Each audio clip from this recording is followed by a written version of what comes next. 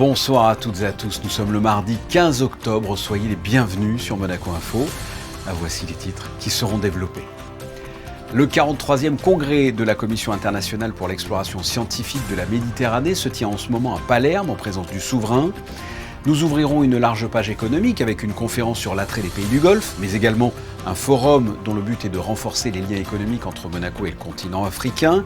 Un autre invité sera le président de la Fédération des entreprises monégasques, la FEDEM.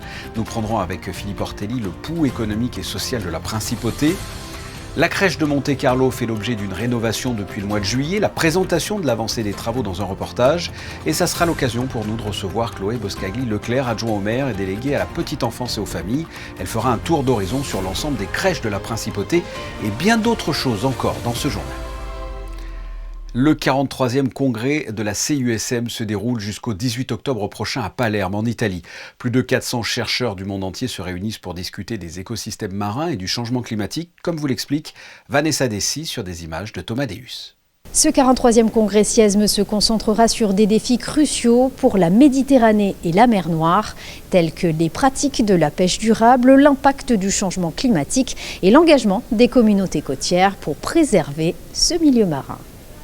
La commission couvre un vaste champ de disciplines marines grâce à ses ressources humaines exceptionnelles. Plus de 4000 chercheurs marins issus d'environ 500 instituts de recherche. Cette expertise est structurée en 6 comités. Les enjeux de cette 43e commission internationale pour l'exploration scientifique de la Méditerranée sont multiples. Ce sont les défis malheureusement globaux qui sont encore plus évidents dans une mer comme la nôtre qui est entourée par des côtes et beaucoup, disons, d'habitants qui les peuplent. Ce sont les défis liés au changement climatique, à l'impact des activités humaines, au transport qui devrait de plus en plus, comme c'est le cas pour le moment, heureusement, s'occuper justement de travailler sur de nouvelles technologies moins impactantes, et à toute autre activité qui transfère sur la mer de la pollution. Lors des échanges, la protection des baleines et des dauphins sont au cœur des discussions face aux menaces grandissantes. Entre les collisions avec les navires et les effets du réchauffement climatique, ces espèces sont en première ligne. Ces géants des océans jouent un rôle essentiel dans l'équilibre de notre écosystème marin. Pourtant, ils sont aujourd'hui menacés.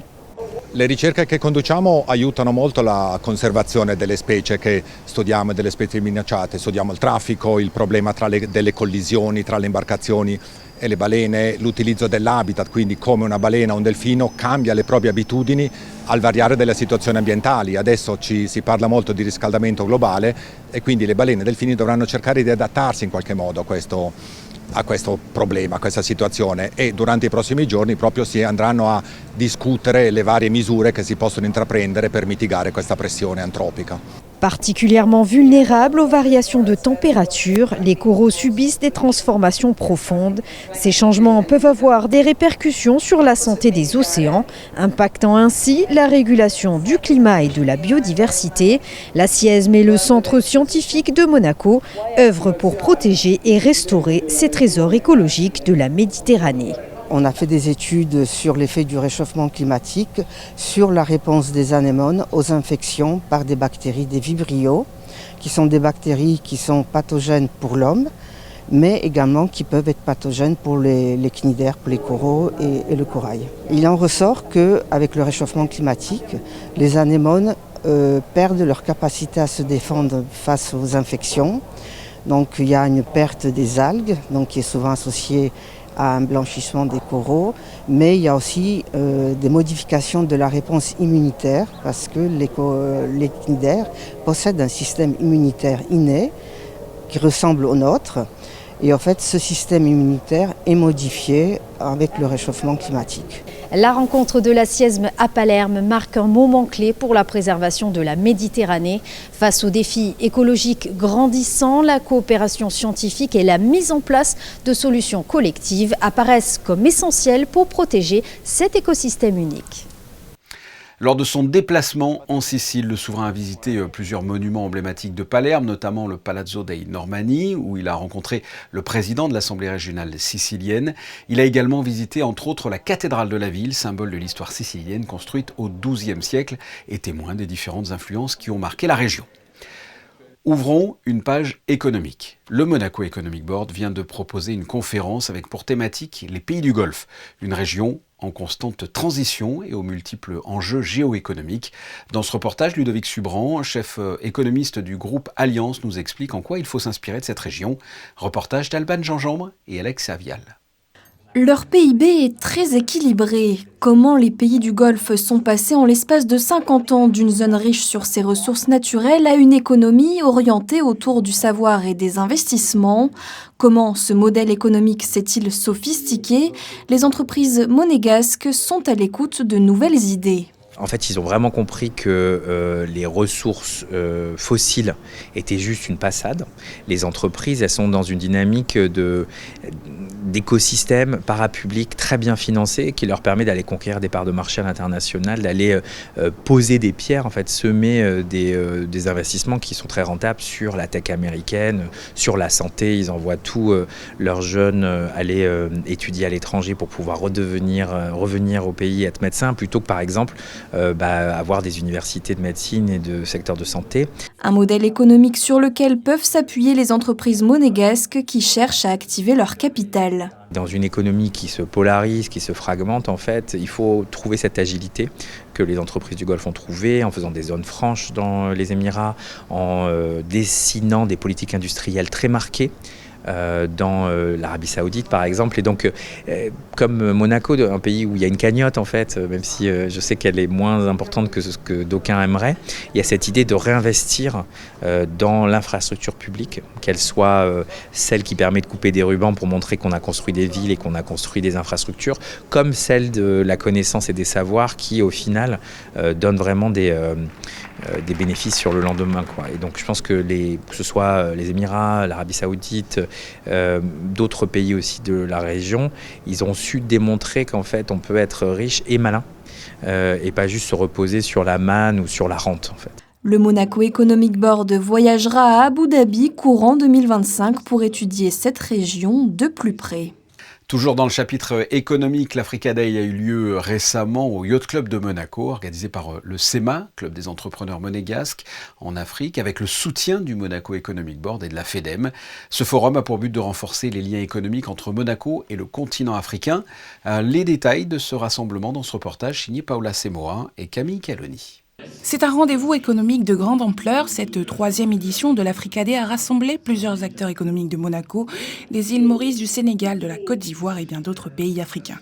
Une rencontre d'envergure organisée par le CEMA. L'objectif était aujourd'hui de faire un petit point sur ce qu'on a fait pendant 10 ans, les différentes missions économiques que nous avons menées à Kinshasa, Dakar, Abidjan, Casablanca, Djibouti.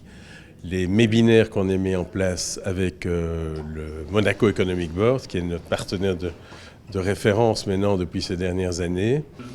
Et donc, l'objectif aujourd'hui était de se dire, on a bien travaillé en Afrique ensemble, avec tous les membres du CEMA en équipe, et du Monaco Economic Board, quelle est notre vision pour les 10 ans qui viennent. Donc c'est pour ça qu'on a dénommé Vision 2035, ce troisième Africa Day. Pendant toute cette journée, ils ont exploré des panels thématiques tels que la croissance économique en Afrique de l'Ouest. Tous nos pays d'Afrique de l'Ouest, et je dirais peut-être même plus généralement d'Afrique, sont encore des importateurs de produits alimentaires. On importe du riz, on importe du blé, on importe la nourriture, alors qu'il y a des terres arables. Ou encore les risques de devises. Cette combinaison de facteurs, en fait, a mis énormément de pression sur les devises des pays émergents de manière générale, mais surtout des pays en développement. Et puis on avait un dollar qui était structurellement fort. Le forum en a séduit plus d'un, à la star de Iron Gerberen. Il y a entre la principauté et Maurice une relation qui date depuis les années 70 avec la famille princière. Et puis évidemment avec le développement économique, il y a eu beaucoup d'échanges entre Maurice et la Réunion, notamment à travers les institutions. Donc beaucoup déjà avec les opérateurs monégasques à travers le CEMA. Il y a plusieurs membres du CEMA qui sont très actifs sur l'Afrique. économique, y compris Maurice. Ce rapprochement qui existe depuis très longtemps entre la famille princière et Maurice, évidemment, c'est quelque chose qui a toujours facilité les échanges entre Maurice et Monaco. Et nous sommes convaincus que ça va aller encore plus loin et plus d'échanges entre nos entrepreneurs des deux côtés. L'avenir de la coopération économique entre Monaco et l'Afrique promet donc d'être fructueuse et bénéfique à long terme. Ils se retrouveront en octobre prochain pour la 4e édition de l'Africa Day. Je vous l'ai dit en introduction, l'Africa Day a été organisée en partenariat avec la FEDEM et nous allons recevoir son président. Avant cela, quelques chiffres. 63 479 personnes. C'est le nombre de salariés en principauté, secteur public et privé à la fin de l'année 2023 selon l'INSEE, ce qui correspond à un peu plus de 5 000 salariés dans la fonction publique et plus de 58 000 salariés dans le secteur privé. Un dernier chiffre, 6 357 employeurs du secteur privé, parmi eux le président, comme je l'ai dit, de la Fédération des entreprises monégasques, la FEDEM. Prenons le pouls économique et social avec lui. Philippe Ortelli, bonsoir. Bonsoir. Du côté de la FEDEM, quel est votre sentiment sur cette rentrée politique, économique et notamment avec un nouveau ministre d'État ? Écoutez, nous sommes dans l'expectative. Un nouveau ministre d'État, c'est une autre manière de travailler. L'économie mondiale et monégasque est en train de se transformer manifestement de manière assez forte et Monaco change, comme le monde change. Malheureusement, les guerres continuent et se développent. L'économie européenne est souvent pas forcément aussi active que l'économie asiatique ou l'économie américaine. Donc tout ça, nous sommes dans l'expectative, mais nous pensons que Monaco a un potentiel de développement économique encore important si les bonnes décisions sont prises pour améliorer tout ce qui peut l'être à Monaco. Et est-ce que les annonces gouvernementales en faveur de la formation professionnelle sont de nature à vous satisfaire ? Nous avons toujours soutenu la formation professionnelle de nos salariés. Depuis plus de 15 ans, et je remercie le gouvernement, il participe financièrement à hauteur de près de 30%, donc un tiers, à un système de formation mis en place par la fédération patronale en accord avec le gouvernement, qui fait que quand une entreprise forme un salarié, avec des entrepreneurs monégasques de formation professionnelle, 30% du coût de la formation est pris en œuvre et pris en charge par le gouvernement. C'est le principe de aide-toi, le ciel t'aidera, et nous formons près de 2000 personnes par an selon ce dispositif dans les langues étrangères, l'informatique, les techniques de management et maintenant un certain nombre d'autres sujets comme la formation anti-blanchiment et les nouvelles technologies. Le ministre des Affaires sociales et de la Santé parlait sur notre antenne la semaine dernière d'une croissance depuis 10 ans, d'une hausse de salariés de plus de 2% par an, plus de salariés, 2% chaque année. Quel est votre point de vue par rapport à cette croissance ? C'est une bonne chose ? Ça n'est pas suffisant ? Quel est votre point de vue ? Non, c'est suffisant. Soyons clairs, quand je suis arrivé en 1990, on était à peine presque 25 000 salariés. Monaco a la capacité de créer sur 2 km², 1000 emplois par an en moyenne depuis 30 ans. C'est formidable sur un petit pays comme le nôtre. Et nous pensons que nous pouvons continuer en développant à la fois l'attractivité du pays au niveau infrastructure, au niveau logement d'actifs, au niveau télétravail et au niveau système social attractif pour nos salariés. Je ne vais pas dire seulement généreux, il faut qu'il soit efficace, il faut qu'il soit juste, il faut qu'il évite certaines triches aussi parfois, mais tout cela ensemble attire les bons, et ce sont les bons qui développent notre économie. Et quel est votre point de vue sur les doléances de l'Union des syndicats de Monaco qui ont manifesté récemment et qui réclament un SMIC en quelque sorte à Monaco à un peu plus de 2500 €? Je répondrai déjà que on a déjà perdu de l'industrie à cause d'un coût de la productivité des serres industrielles relativement élevé. Les dernières industries à Monaco tiennent bon. À mon nez, le SMIC à 2300 €, à 2500 € serait dangereux par rapport à la compétitivité.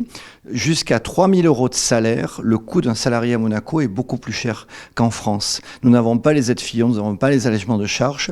Et tout ce qui est activité de production dans le secondaire, dans le primaire, dans le tertiaire, sont pénalisés par rapport à d'autres pays. Je parle de la France, mais bien sûr les pays de l'Est, et bien entendu des pays plus lointains aussi. Si on veut maintenir 4000 emplois dans l'industrie à Monaco comme nous les avons, il faut savoir être raisonnable. Et par ailleurs, toute augmentation de coûts, je dirais pour l'entreprise, risque d'amener soit des délocalisations, des fermetures d'activités, soit des surcoûts dans le prix de vente de nos prestations qui peuvent amener nos clients à nous quitter. Il faut être très prudent là-dessus. Nous avons prouvé que le pouvoir d'achat est maintenu et a été maintenu sur une très longue durée et même amélioré au niveau salarié monégasque. L'INSEE fait un travail remarquable pour démontrer que le pouvoir d'achat des salariés, secteur par secteur, est clairement augmenté chaque année par les chefs d'entreprise qui sont responsables, qui veulent maintenir l'attractivité de nos entreprises pour attirer les meilleurs à Monaco. Je me répète, nous n'avons pas d'agriculture, pas de mine d'or, pas de pétrole à Monaco. Notre seule richesse, c'est notre capacité à créer un système qui attire les meilleurs pour qu'ils viennent bosser et créer de la richesse à Monaco. Alors je vais me faire l'avocat du diable, mais dans un État comme Monaco, justement, ça ne serait pas envisageable cette répartition des richesses en quelque sorte ? Mais la répartition des richesses est déjà très favorable. Nous avons un salaire médian qui est 30% plus élevé que le salaire médian en France. Donc il faut être conscient de la situation. Un certain nombre de secteurs payent mieux et beaucoup mieux qu'en France. Les prestations médicales, les prestations familiales, les prestations sociales, la retraite sont bien meilleures à Monaco, en plus que le salaire au mois, au quotidien, net, qui est déjà 30% supérieur au salaire français. Il faut savoir raison garder. D'accord. Un autre sujet, Monaco est dans la liste grise du GAFI. Est-ce que c'est un problème pour la FEDEM, pour les entreprises monégasques ? Un certain nombre de secteurs d'activité sont pénalisés par cette mise en liste grise. Nous attendons clairement du gouvernement qu'il prenne les mesures pour nous sortir le plus rapidement possible de cette liste grise. Ce qui est fait est fait. Il faut tirer aussi les leçons du passé, comme l'a dit le ministre de l'économie Pierre-André Capiori, et être beaucoup plus proactif par rapport à l'environnement international de Monaco afin de respecter le cadre que nous sommes engagés à suivre dans des différents accords avec les associations et les systèmes mondiaux. J'imagine que vous avez suivi aussi les annonces de la SNCF sur les trains le soir. Quelle est votre réaction ? C'est un problème pour l'attractivité en principauté pour vous, j'imagine ? Évidemment, toutes les activités qui fonctionnent en 2 postes, ça peut être même en 3 postes.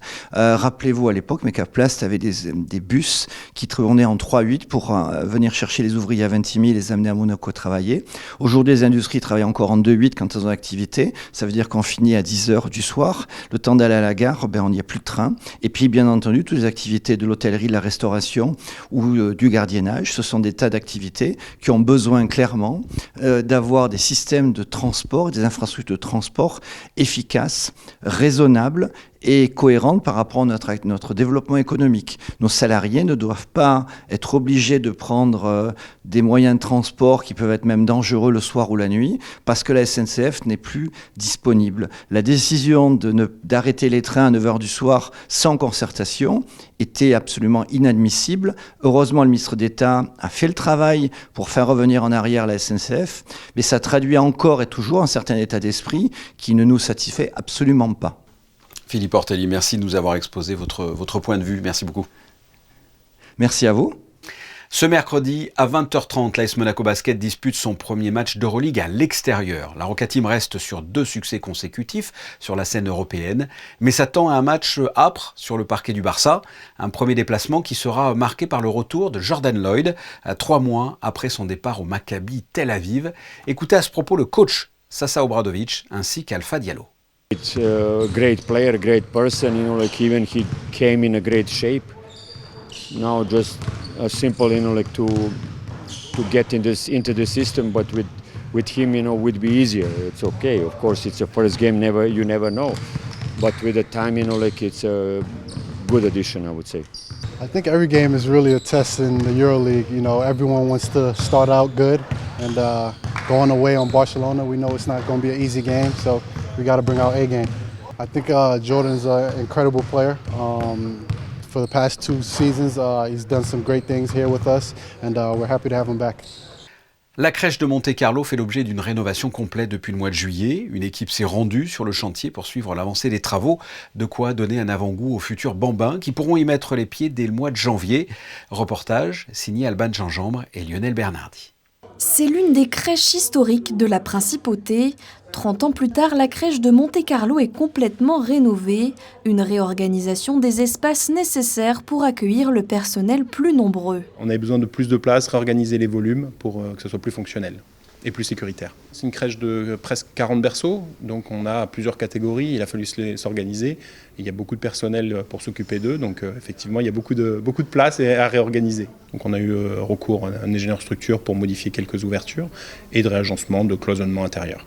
Le chantier est réalisé avec des entreprises locales, 535 mètres carrés consacrés à des espaces de vie, des espaces d'accueil et surtout des espaces où il fait bon vivre. C'était vraiment un curage complet, sol, mur, plafond, technique, on a tout refait, chauffage, climatisation, tout. La sécurité d'accès, le contrôle technique et aussi l'accessibilité PMR. On a réorganisé la totalité pour que ce soit conforme. C'est pour la petite enfance, donc le but du jeu c'est que ce soit un peu mignon, un peu festif, cocooning, évidemment qui ne peut pas se faire mal. Les travaux sont aujourd'hui en phase de finition. La crèche pourra accueillir les enfants le 5 janvier 2025. Et puisque l'on parle des travaux de cette crèche, c'est l'occasion pour nous de faire un tour d'horizon de ce qui est proposé par le service Petite Enfance et Famille de la mairie. Chloé Boscagli-Leclerc, bonsoir. Bonsoir à tous. Combien d'enfants la crèche de Monte-Carlo accueille-t-elle d'ordinaire ? Alors on est à peu près une cinquantaine d'enfants répartis sur 2 sites. Le site que vous voyez derrière moi qui est en travaux, c'est le site dit principal. C'est le site qui accueille les enfants de 0 à 2 ans. Ensuite, nous avons une annexe qui est dans l'immeuble situé en face et qui accueille les enfants pour des projets pédagogiques de 2 à 3 ans. Et en quelques mots, quelle est l'âme de cette crèche sur le rocher ?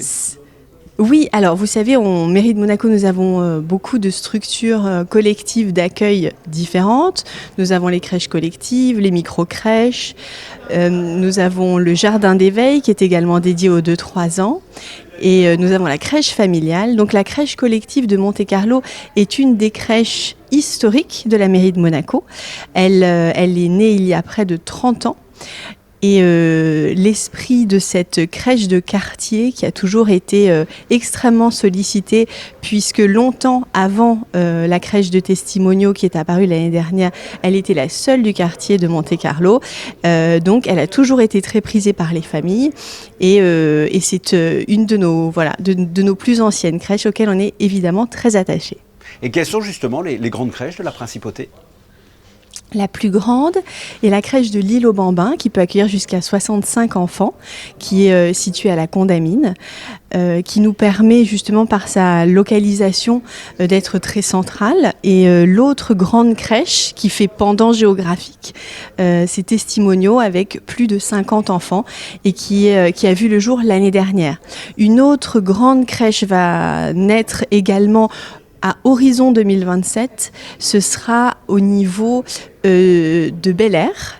Et c'est aussi une crèche qui est appelée de ses voeux, car comme vous le savez, c'est un quartier qui se développe énormément et qui va avoir besoin de structures d'accueil de la petite enfance. Il y a combien de crèches au total à Monaco ? Nous avons 13 structures de collectivité, tout confondu. D'accord, dont des micro-crèches. Qu'est-ce qu'une micro-crèche d'ailleurs ? Pourquoi on appelle ça une micro-crèche ? Alors la micro-crèche est un mode de garde particulier, nous en avons 3 en principauté, elle peut accueillir jusqu'à 11 enfants. Ce sont soit des structures qui sont destinées aux enfants qui peuvent avoir une santé légèrement plus fragile et où la collectivité n'est pas autorisée, ou alors des personnes aussi qui ont des contraintes horaires spécifiques. Et en tout, sur Monaco, combien d'enfants sont pris en charge par le service de la petite enfance de la mairie ? Alors nous avons 48 berceaux et vous savez que évidemment toutes les familles n'utilisent pas la crèche de la même façon. Tous les enfants ne sont pas accueillis forcément pendant les 5 jours de la semaine. En tout, notre service concerne 500 familles. 500 familles, d'accord.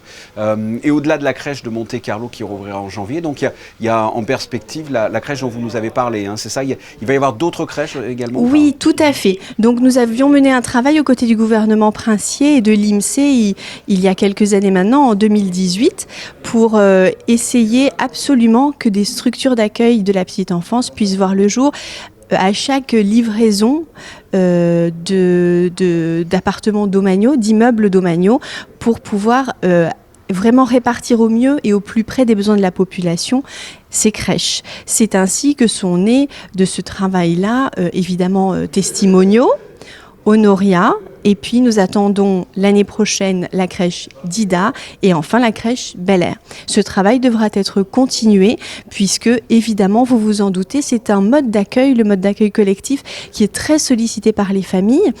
C'est une tendance que l'on voit qui n'est pas forcément corrélée avec le taux de natalité, mais qui est un vrai changement des mentalités et qui amène de plus en plus de familles à opter pour cette collectivité et on en est très fiers. La petite enfance, c'est aussi le mini-club qui accueille des enfants pendant la période estivale. Tout à fait. Oui, nous avons la chance aussi au service petite enfance et famille de la mairie d'avoir cette structure, la seule structure d'accueil pour les enfants de la principauté de 3 à 12 ans qui se trouve sur le territoire monégasque et qui est au Larvoto, donc placé au mieux. Cette structure d'été accueille en juillet et en août une 50aine d'enfants.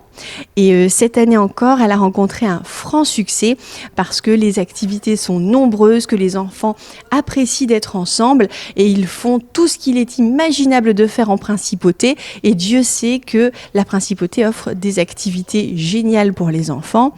Notamment d'ailleurs grâce aux autres établissements de la mairie, la piscine Régnier 3, nous avons aussi le karting sur le port, ils ont pu faire tellement d'activités, ils en avaient des étoiles dans les yeux et je suis certaine que l'année prochaine nous aurons à nouveau beaucoup de succès.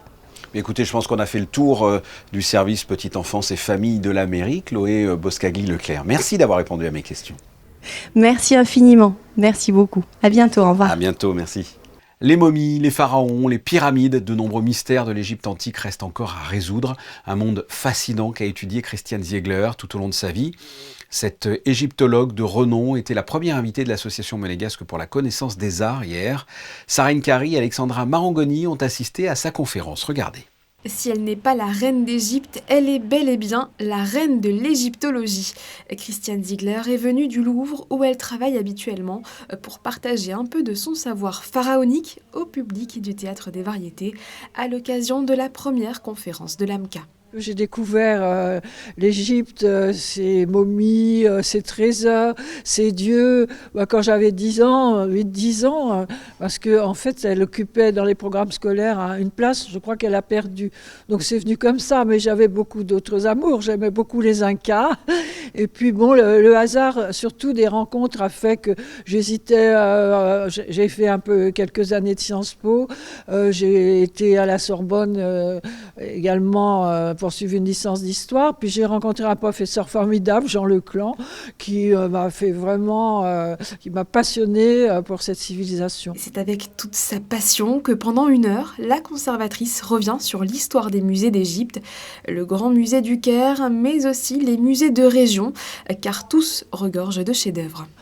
Ce qui vient à l'esprit du grand public, c'est le trésor de Toutankhamon, qui a été découvert sur sa momie, son masque funéraire, et puis les sarcophages emboîtés, les grandes caisses ornées, plaquées de feuilles d'or, et puis tout le mobilier tout autour, des vases en albâtre magnifiques, des bijoux. C'est ça qui fait rêver une partie du public. Dans cette 39e saison, l'association nous transporte à travers 4 continents, et le prochain stop se fera au Château de Chambord, monument incontournable du patrimoine français. Et cette conférence sera prononcée par notre ambassadeur de France à Monaco, comte Jean d'Aussonville, qui a été administrateur et directeur du domaine de Chambord.